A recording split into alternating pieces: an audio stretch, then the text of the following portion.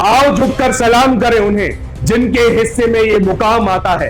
किस कदर खुश नसीब है वो लोग, खून जिनका वतन के काम आता है। शहीद हो गया वो हिंदुस्तान के लिए, लेकिन अगर आपने फिर भी ये वीडियो शेयर नहीं किया तो आपको हिंदुस्तानी कहलाने का कोई हक नहीं।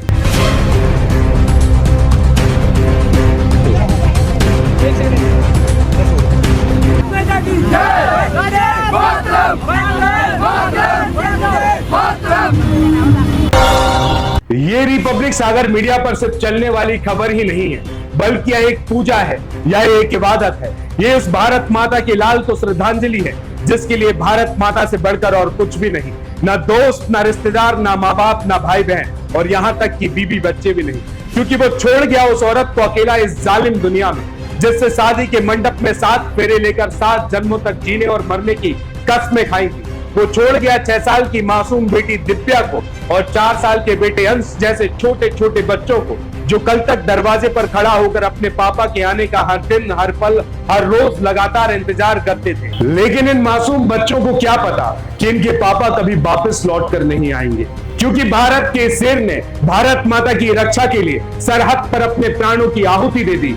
शहीद हो गया वो हिंदुस्तान के लिए, क्योंकि भारतीय सेना में रहकर देश की सेवा करना सिर्फ नौकरी ही नहीं है, ये जुनून है, ये हौसला है, ये देशभक्त की देशभक्ति का प्रमाण पत्र है।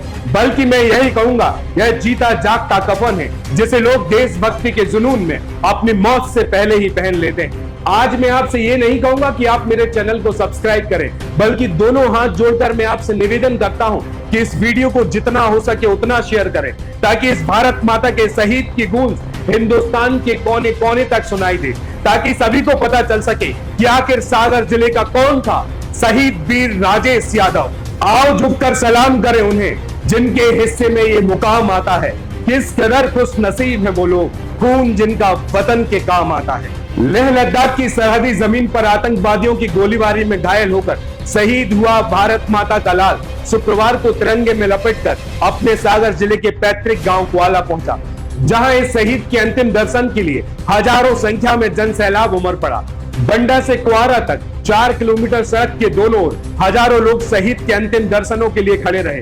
हर तरफ भारत माता की जय, शहीद राजेश यादव अमर रहे के जयकारों की गूंज आज पूरा हिंदुस्तान सुन रहा है। दरअसल सागर जिले की बंडा तहसील के ग्राम कुआरा निवासी शहीद सैनिक राजेश यादव लेह लद्दाख में आतंकवादियों की गोलियों में घायल हो गए और वहीं इलाज के दौरान 26 जनवरी को उनका निधन हो गया। सूचना पर परिवार के लोग दिल्ली पहुंचे थे, जहां से हवाई मार्ग के जरिए शहीद राजेश यादव का पार्थिव शरीर भोपाल और भोपाल से सागर लाया गया और सागर से आर्मी के वाहन से शहीद का पार्थिव शरीर उसके पैतृक गांव कुआला लाया गया। इस दौरान शहीद के अंतिम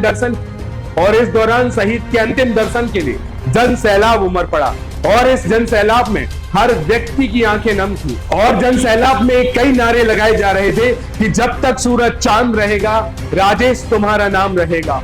गांव में शहीद की पत्नी, मां और भाई का रो रो कर बुरा हाल है। उन्हें राजेश के निधन का गम भी है और उसका गर्व भी है। वहीं शहीद के अंतिम दर्शन के लिए गांव में हजारों की संख्या में लोग पहुंचे। वहीं कैबिनेट मंत्री प्रहलाद पटेल, बंडा विधायक वीरेंद्र सिंह लोधी, जिला पंचायत अध्यक्ष हीरा सिंह राजपूत समेत अन्य जनप्रतिनिधि भी गांव पहुंचकर शहीद राजेश को श्रद्धांजलि अर्पित कर आए हैं और जिसके बाद शहीद को राजकीय सम्मान के साथ अंतिम विदाई दी गई।